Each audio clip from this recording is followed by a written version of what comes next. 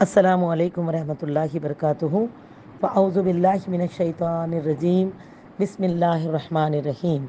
الحمد للہ رب العالمین والصلاة والسلام علی رسولہ الکریم، اما بعد۔ رب اشرح لی صدری ویسر لی امری واحلل عقدۃ من لسانی یفقہوا قولی۔ عزیز سامعین، اب ہم نماز میں سورہ فاتحہ کے پڑھنے کی فضیلت اور اہمیت کے تعلق سے جانیں گے۔ عزیز سامعین، نماز میں سورہ فاتحہ کا پڑھنا ہر مسلمان پر فرض ہے، خواہ وہ امام ہو، مقتدی ہو یا منفرد ہو۔ جیسے کہ رسول اللہ صلی اللہ علیہ وسلم نے فرمایا ہے، قال رسول اللہ صلی اللہ علیہ وسلم، من صلی صلاۃ لم یقرأ فیہا بأم القرآن فہی خداج۔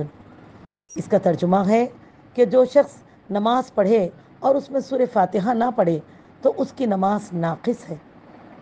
اس حدیث میں جو خداجن کا لفظ استعمال کیا گیا ہے اس کے معنی ہوتے ہیں ناقص ہونا، یعنی کہ غیر درست ہونا۔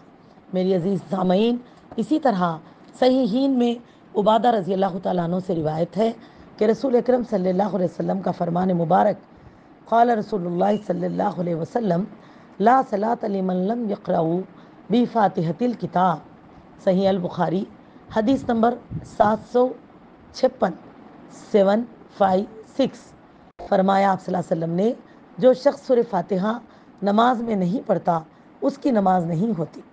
اسی طرح سے صحیح ابن خزیمہ اور ابن حبان اور صحیح مسلم میں حدیث نمبر 394، 394، راوی ابو ہریرہ رضی اللہ تعالیٰ عنہ، قال رسول اللہ صلی اللہ علیہ وسلم، لا تجزی الصلاۃ لا یقرأ فیہا بأم القرآن۔ فرمایا وہ نماز کافی نہیں ہوتی جس میں ام القرآن یعنی سورہ فاتحہ نہ پڑھی جائے۔ میری دینی بہنوں، اس موضوع کی اور بھی بہت سی احادیث ہیں جو ہم کو کتب احادیث میں ملتی ہیں، لہٰذا ان احادیث سے اور اس کی خلاصے سے ہمیں کیا پتہ چلا کہ نماز میں سورہ فاتحہ کا پڑھنا ہم پر فرض ہے، ہم سب پر واجب ہے۔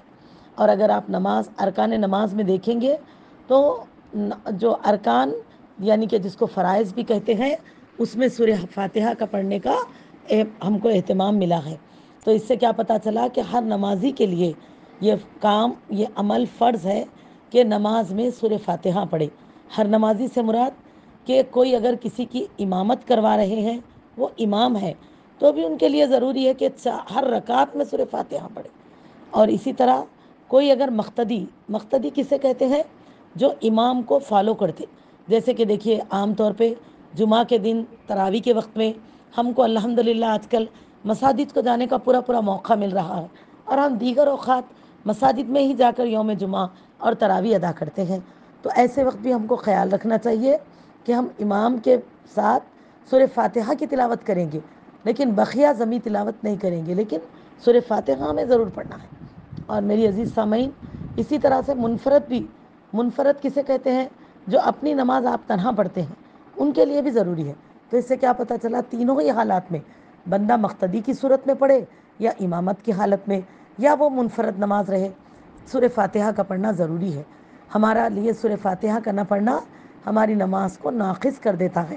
تو اسی لیے ہم کو چاہیے کہ ہم جب جمعہ کی نماز اور تراویح کے لیے مساجد کو جائیں تو اس بات کا ضرور خیال رکھیں کہ ہم کو سورہ فاتحہ پڑھنی ہے، لیکن یہ بھی ضرور خیال رکھیں کہ امام سے سبقت نہیں لے جانا، یعنی کہ ہم اللہ اکبر بول کے تکبیر بلند کریں اور ہاتھ باندھا اور فوراً سورہ فاتحہ شروع کر لی، ایسا نہیں کرنا چاہیے، بلکہ انتظار کریں، امام کو سورہ فاتحہ کی شروعات کرنے دیں۔ جب وہ شروع کر لیں تو اس کے بعد ہم پڑھ سکتے۔